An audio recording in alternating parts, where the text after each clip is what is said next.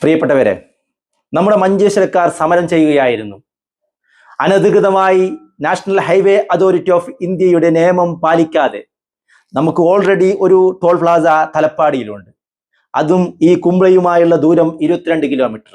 അതുകൊണ്ട് തന്നെ നമ്മുടെ പ്രിയങ്കരനായ ജനപ്രതിനിധി MLA AK അഷ്റഫ് സർവകക്ഷികളും സർവ്വ രാഷ്ട്രീയ പാർട്ടികളും ഒരുമിച്ച് ഇരുന്നുകൊണ്ട് ആക്ഷൻ കമ്മിറ്റി ഉണ്ടാക്കി.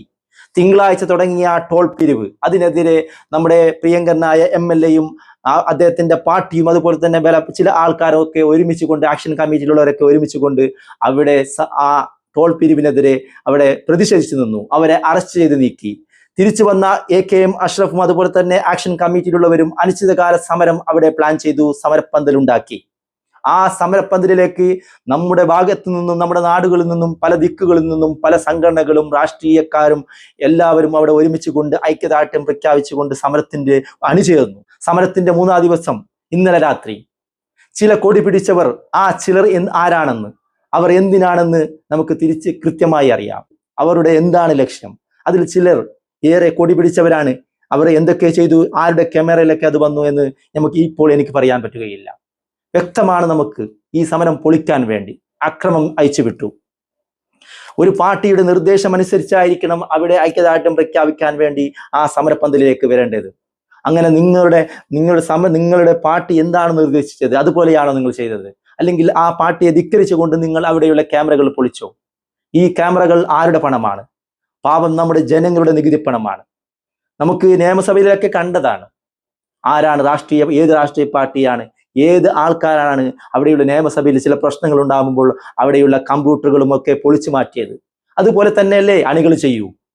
നിങ്ങൾ പലരും അതിനെ ന്യായീകരിച്ചുകൊണ്ട് സോഷ്യൽ മീഡിയയിൽ, വാട്സപ്പ് ഗ്രൂപ്പുകളിൽ നിങ്ങൾ ഹീറോയിസം അവർക്ക് ചാർത്തിക്കൊടുത്തു. നിങ്ങൾക്ക് ബുദ്ധിയുണ്ടോ? ഒരു ആക്ഷൻ കമ്മിറ്റി, ഒരു നേതൃത്വം ഉണ്ടാകുമ്പോൾ ആ ആക്ഷൻ കമ്മിറ്റി എന്താണോ പറയുന്നത് അതുപോലെയല്ലേ ചെയ്യേണ്ടത്? തോന്നിയ പോലെ ചെയ്യാൻ, പലർക്കും പല രീതിയിൽ ചെയ്യാൻ ഇവിടെ നിയമങ്ങളിലില്ലേ? നിയമം നമ്മൾ കയ്യിലെടുക്കാൻ പാടുണ്ടോ? കൃത്യമായി ആക്ഷൻ കമ്മിറ്റി പറയുന്നു, പൊളിച്ചോ, കേസുകൾ ഞങ്ങൾ നോക്കിക്കോളാം എന്ന് പറയുന്നുണ്ടെങ്കിൽ നിങ്ങൾക്ക് പൊളിക്കാം. അല്ലാതെ നിങ്ങൾ പൊളിച്ചാൽ അതിന്റെ ഉത്തരവാദി നിങ്ങൾ തന്നെയാണ്. 500 പേരുടെ പേരിൽ കേസെടുത്തു. ആ 500 പേരിൽ നമ്മുടെ അനിയന്മാരും നമ്മുടെ ചേട്ടന്മാരും ഒക്കെ ഗൾഫിൽ പോകേണ്ടവരുണ്ട്. അവർക്ക് ഇനി ബുദ്ധിമുട്ടാവുകയില്ലേ? നിന്റെ ഒറ്റ കാരണം കൊണ്ട്, ഈ തോന്നിയവാസം ചെയ്തവന്റെ ഒറ്റ കാരണം കൊണ്ട് പലരും ആ സമരത്തിൽ നിന്നും ഒഴിഞ്ഞു മാറി. എന്നാലും സമരം ഇവിടെ നിന്ന് തീരുകയില്ല. ആക്ഷൻ കമ്മിറ്റിയിലുള്ള പല നേതാക്കന്മാരും പല MLAമാരും മതസംഘടനകൾ, ക്ലബ്ബുകൾ, രാഷ്ട്രീയ പാർട്ടികൾ, BJP ഒഴികെ എന്തുകൊണ്ട് അവർ വന്നില്ല? പാർട്ടിയാണ് കേന്ദ്രം ഭരിക്കുന്നത്, അതുകൊണ്ട് തന്നെ അവർ വന്നില്ല. ചിലർ ഇതിനിടയിൽ നമ്മുടെ MLAയുടെ കോലം കത്തിച്ചു. സമരം വിജയിക്കുന്നു എന്ന് കാണുമ്പോൾ അവരും വന്നു, അവിടെ സംസാരിച്ചു, അവരുടെ വാഗ്ദാനങ്ങൾ അവർ നൽകി. അങ്ങനെയൊക്കെ ഉണ്ടാകും അവരുടെ അവകാശം, അവർ എന്ത് വേണമെങ്കിലും സംസാരിച്ചു കൊള്ളട്ടെ. ഈ അക്രമം ഞങ്ങൾ നിഷേധിക്കുന്നു. അത് ചെയ്തത് ആരാണോ അത് ക്യാമറയിലൊക്കെ പതിഞ്ഞതാണ്. അതിനെ പരിശോധിച്ചുകൊണ്ട് അവർക്കെതിരെ മാത്രം കേസെടുക്കണം. ആക്ഷൻ കമ്മിറ്റിയുള്ളവർക്ക് കേസെടുക്കാൻ പാടില്ല. അവരെ നിയമത്തിന് മുന്നിൽ കൊണ്ടുവരണം. സമരം തുടരുക തന്നെ ചെയ്യും. നമുക്ക് വിജയിക്കണം, നമുക്ക് നേടണം. അനീതിക്കെതിരെ നമ്മൾ പോരാടണം. നമ്മുടെ ജനങ്ങളുടെ പണം പിഴിഞ്ഞെടുക്കുന്ന സർക്കാരുകൾ, അത് ഏത് സർക്കാരാണെങ്കിലും, കേന്ദ്രമാണെങ്കിലും കേരളമാണെങ്കിലും, അതിനെ എതിർത്തുകൊണ്ട് ജനങ്ങൾക്ക് ഉപകാരപ്പെടുന്ന, ജനങ്ങൾക്ക് സുതാര്യമായി സുഖത്തോടെ ജീവിക്കാൻ പറ്റുന്ന നിയമങ്ങൾ വരട്ടെ. നമുക്കങ്ങനെ അനധികൃതമായി പണം നൽകേണ്ട കോർപ്പറേറ്റ് മുതലാളികൾക്ക് പണം നൽകാൻ വേണ്ടി ഒത്താശം ചെയ്യുന്ന ഗവൺമെന്റുകൾ വേണ്ട.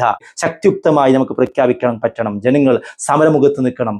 നമുക്ക് നമ്മുടെ നിയമം പറയുന്നത് പോലെ സമാധാനപരമായി എവിടെയൊക്കെ സമരം ചെയ്യാൻ പറ്റുമോ ആ സമരങ്ങളിലൂടെ വിജയിച്ച് അതിനെ നേടാൻ പറ്റിയ ഒരു ആൾക്കാരായി നമ്മൾ മാറണം. നമ്മുടെ സാംസ്കാരികമായ നമ്മുടെ കേരളം, സൗഹാർദ്ദത്തോടു കൂടി ജീവിക്കുന്ന നമ്മൾ ഇവിടെയുള്ള എല്ലാ രാഷ്ട്രീയ പാർട്ടികളും നമ്മുടെ സുഹൃത്തുക്കളും, അതിൽ അണികളുമായ നമ്മുടെ സുഹൃത്തുക്കളാണ്. അതുകൊണ്ട് അതിൽ കൃത്യമായ നിർദ്ദേശങ്ങൾ നിങ്ങളുടെ പാർട്ടിയിലുള്ള അണികൾക്ക് നൽകണമെന്ന് അഭ്യർത്ഥിച്ചുകൊണ്ട് എൻ്റെ ചാനൽ സബ്സ്ക്രൈബ് ചെയ്യാത്തവർ ചെയ്തുകൊണ്ട് ഈ വിനീതനെ സപ്പോർട്ട് ചെയ്യുക. നന്ദി, നമസ്കാരം, അസ്സലാമു അലൈക്കും.